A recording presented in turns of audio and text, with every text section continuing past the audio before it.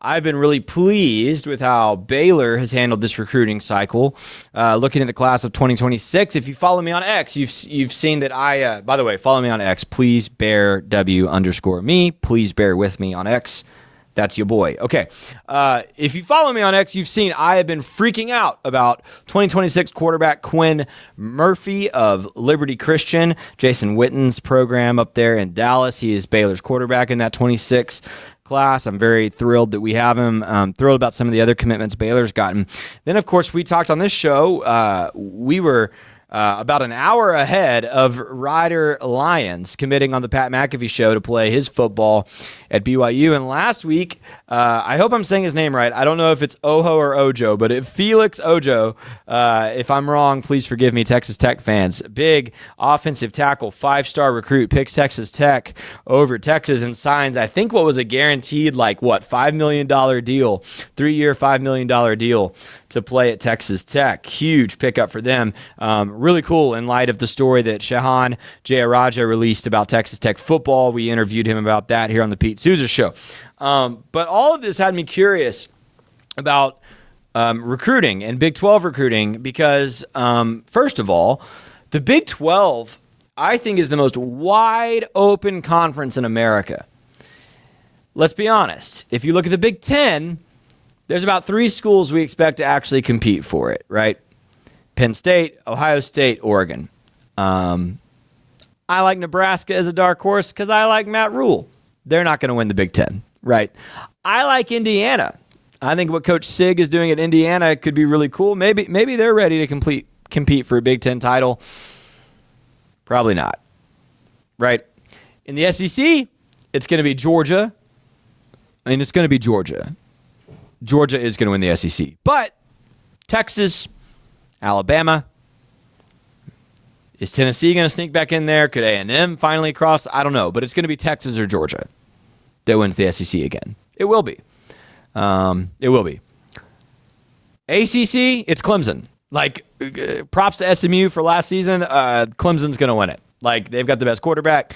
I think they've maybe learned a lesson last year about how to win towards the end of that season. Big 12, we've talked about it. There's 6 schools that could win the Big 12 this season, legitimately. And heck, if people like me actually don't know anything, like last season when Arizona State was picked last, it's not going to be one of those 6 schools. It's going to be some other random school that comes out of nowhere and wins the Big 12. The Big 12 is the deepest, most competitive football league in America, and anybody can win it. I said when Texas and Oklahoma exited that this was the era for Baylor to lay claim as the top dog in the Big 12. It's so important because, let's be honest, for 2 decades, there was about a decade there in the aughts where the winner of the Big 12 South was going to win the conference, whether it was Oklahoma or Texas, and it was always one of those 2, by the way. And then there was about a decade after A&M exited and the Big 12 reorganized a little bit in 2011, 2012. There was a decade there where Baylor got a couple, Kansas State snuck in there, but Oklahoma won the conference just about every year. Texas was down, Baylor grabbed a couple, but Oklahoma won the conference every year. When Oklahoma and Texas exited, Big 12 has been wide open since. Arizona State laid claim last year. Oklahoma State has been in the Big 12 championship game. They were a 3-win team last year. Kansas State won the Big 12 over TCU in a year that TCU went to the national championship game, right? Conference is wide open. And we've already talked. Quarterbacks, deep in this conference. Head coaching, I think pretty deep in this conference. I think most of the head coaches in the Big 12 are great. Great.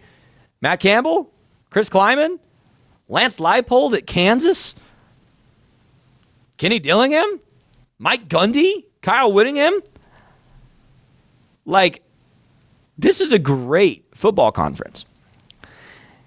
I think that's why I'm so anxious to see if Baylor can make noise this season as a Baylor fan. If you don't do it this season, when are you going to do it?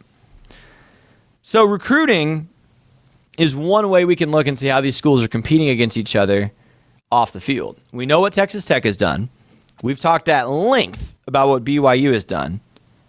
And so it may not surprise you to see that as we look at the recruiting class rankings for the Big 12, it's BYU and Texas Tech right on top. Both with, I know Texas Tech is ranked 27 there by 24/7 Sports, but right there, top 25 classes for BYU and Tech currently.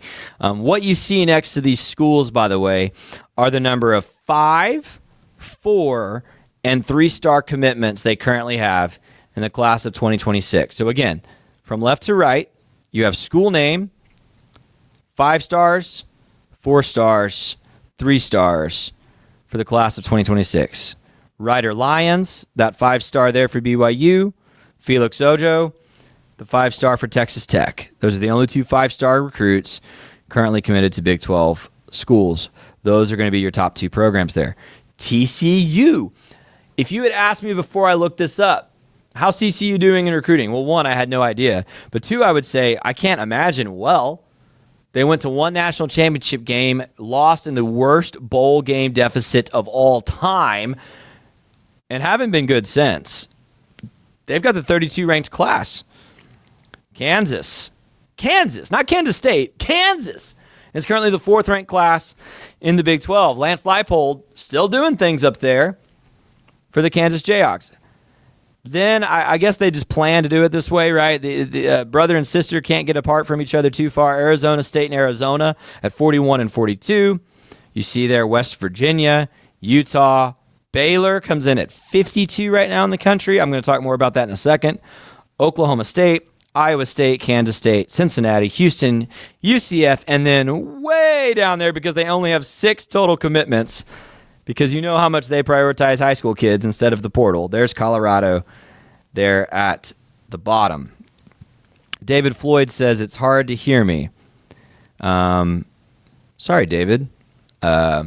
What's tough about doing these shows by myself is I don't have a producer at the soundboard, but I'm glad you can hear me. And we'll fix the audio in post for sure, and we'll post this later. Here's what surprised me. I was surprised Baylor's only number 52, but then I looked a little closer. I have been so excited about the commitments Baylor's been getting, and as you can see, that's 4 4-star recruits that have committed to Baylor, and that is the most 4 stars of any Big 12 program. And it is actually more than any other school has 4 or 5 stars combined. Now, I'm not saying, hey, if you're Baylor, let's celebrate that we've got 4 4-stars because the 5-star for BYU and Tech doesn't mean anything. Not what I'm saying. But I am saying if you combine 4 and 5-star talent, Baylor has the most currently, but as you see, only 10 3-star commitments. That number is the second lowest there in this list. So Baylor is low on total commitments. That's going to hurt them. I expect Baylor to finish this recruiting cycle top 30 for the 2026 class. Just for context, so you know I'm not BSing you to like play Baylor homer, Auburn's class currently is ranked number 86 on this list. They've got 2 4-stars and 5 3-stars. Auburn will finish top 30, right? So we're still early, just for context. South Carolina has 7 4-star commitments. They're ranked 55 right now because they've basically got no one else. So this is very early. This is going to change a lot this fall. People are going to decommit and flip and commit. I mean, this will change. But I did find it telling to see BYU and Texas Tech at the top as sorry, I lost my comments here. As David said after he told me it was hard to hear me, Tech ain't messing around. Neither is BYU. We know that. Both those programs are putting a lot of money into this. It's really important that they both win because if you put a lot of money into this and you win 7 games, you're not going to continue. Though I think both those teams are going to win more than 7 games.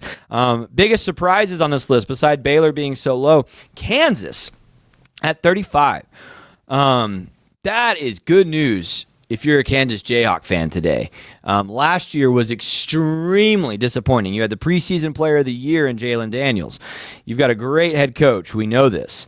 You're coming off one of your best seasons in a very long time. Devin Neal in the backfield last season was a beast, and you win 5 games. That was a letdown for Kansas. You got to love seeing that they've already got 3 4-star commitments, 35th ranked class overall at this moment. That is a really good sign for that program in Lawrence. They will not stay down. Again, that speaks to the depth of the Big 12, right? If I was talking about the next couple years and said, hey, who would you expect to really compete for the top? You might expect Utah to bounce back. You would probably expect Oklahoma State, Mike Gundy's legacy and history, to bounce back. You probably wouldn't say Kansas. There they are. That was a surprise to me. West Virginia, I think, will drop by the time that these classes are done. As you see, they've got no 5 or 4-star recruits, but 23 total commitments. They are working hard. And we know this at Baylor well. A lot of these Big 12 schools know those 3 stars are the backbone of your program. RG3 was a 3-star recruit. You can find NFL amazing players at the 3-star level. You just have to do a lot of work for it. West Virginia is doing that work. Oklahoma State, kind of like Baylor there, ranked at 54. Only 14 total commitments, but 3 4-star recruits. That is pivotal for them if they are going to come out of the hole they fell into last season. They need to get elite talent back in Stillwater. They've had plenty of it over the years. We all remember watching Des Bryant play in college. That was crazy. We all remember Brandon Whedon. I know he's kind of panned now as an NFL guy, but Mason Rudolph was unbelievable. I remember watching him play here at McLean Stadium as a freshman and thinking, holy crap, how did they find that kid? So Oklahoma State, I would be enthused if I was seeing this in Stillwater. Houston with a 5-star commitment. Don't sleep on Willie Fritz, y'all. I was just talking about how deep the coaching is in this conference. Willie Fritz is a miracle worker, not only on the field, but in terms of building programs. He did it at Sam Houston State. He did it at Tulane. Would not surprise me. I don't know if this is the year. I don't know if 2025 is the year, but 2026 would not surprise me if Houston's beating teams that we don't think they should have any business defeating. I don't know that anything else on here particularly surprises me. I would expect Kansas State to maybe snag a couple of good recruits here, especially if they win big games.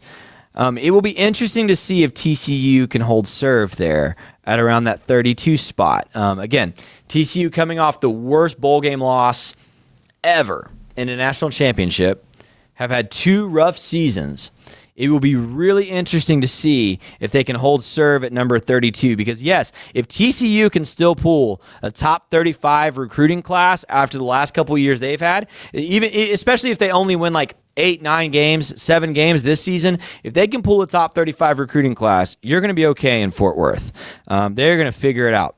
All that to say, I think recruiting is still a really, really important part of how you're going to build these programs. What we've noticed in Baylor with basketball, and I think we're going to start to notice it in football, the transfer portal is a really good tool, and you have to use it. You can find starters there. You can, as Baylor is doing this season, fill in some really important needs there.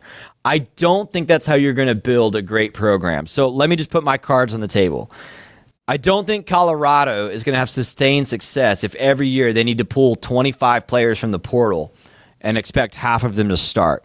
I think there will always be something to consistency, to longevity, to buy into a culture. Baylor is about to reap the benefits of that this season with Sawyer Robertson, Josh Cameron being long-term culture fit guys who didn't transfer. What you're getting in these recruiting classes is stability. And so it's more important than ever, in this guy's opinion, to recruit well, to win the recruiting battles. And so again, if you're BYU, if you're Tech, I think if you're West Virginia, if you're Baylor, if you're Oklahoma State, I think these numbers look really, really, really good for you. Kansas, goodness. Lance Leipold might be sneaky doing something special up there in Lawrence. I think Kansas is going to jump on some people in the next couple seasons.